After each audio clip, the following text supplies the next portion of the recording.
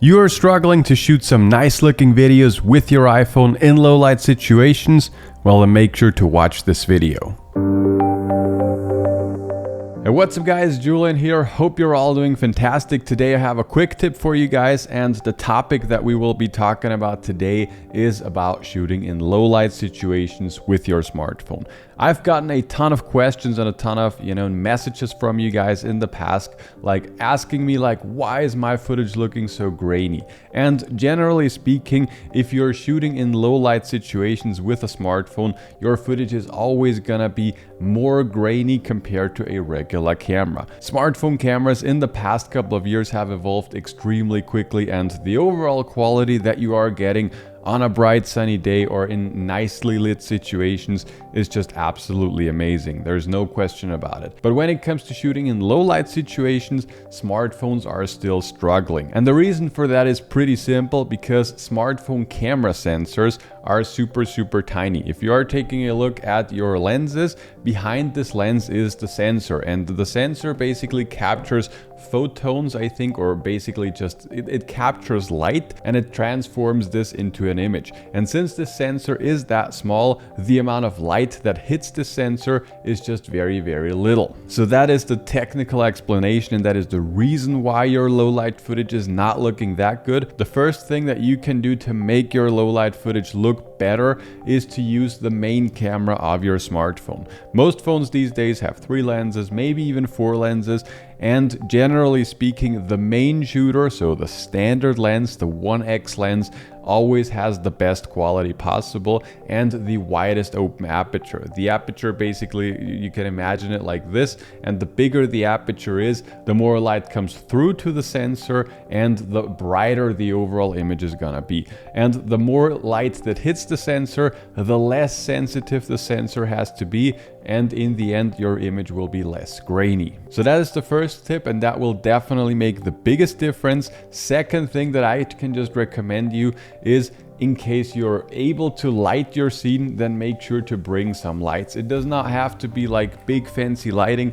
Also, if you just using something tiny like this, in case you're shooting a person, turning this on and using this, I mean, now it's red, so you probably won't use this for people, but generally speaking, just having something tiny like this will just massively improve the quality overall and also improve the looks of the images. Third tip that I have for you, in case you're filming something statically, like, I don't know, a city or whatever it might be, and in case you have a tripod with you, then use the tripod, because then you will be able to turn down the shutter speed way lower compared to you just shooting handheld. The lower the shutter speed, the more light hits the sensor, the brighter the image will be.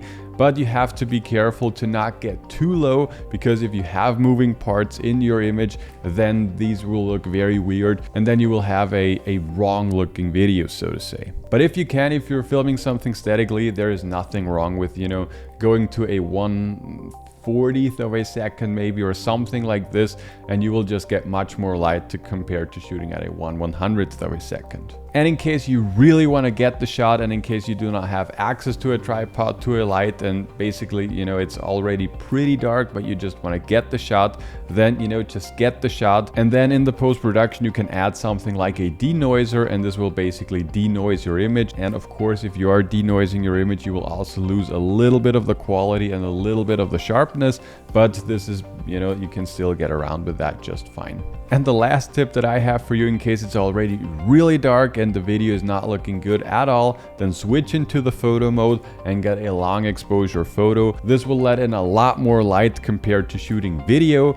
On the other hand, you just will have a photo, but it's better than nothing. So in case you would like to learn more about filmmaking with your iPhone, in case you want to dive really deep, because these tips are nice, but they are just an overview, and mastering editing, for example, takes of course much more learning. So we have created a course specifically for you iPhone users. It's called iPhone Video Pro, and we currently have over 130 videos with over 13 hours of content inside of our course. And inside of this course, I teach you absolutely everything that you need to know when it comes to filming with your iPhone. So in case you really want to get serious about filmmaking with your iPhone, you should definitely check out the link below. This will bring you to a free training where I share 5 more tips with you. So in case you're interested, just click the link below. But that's basically it for this video. I hope you enjoyed it. I hope you liked it, and I'll talk to you guys in the next one.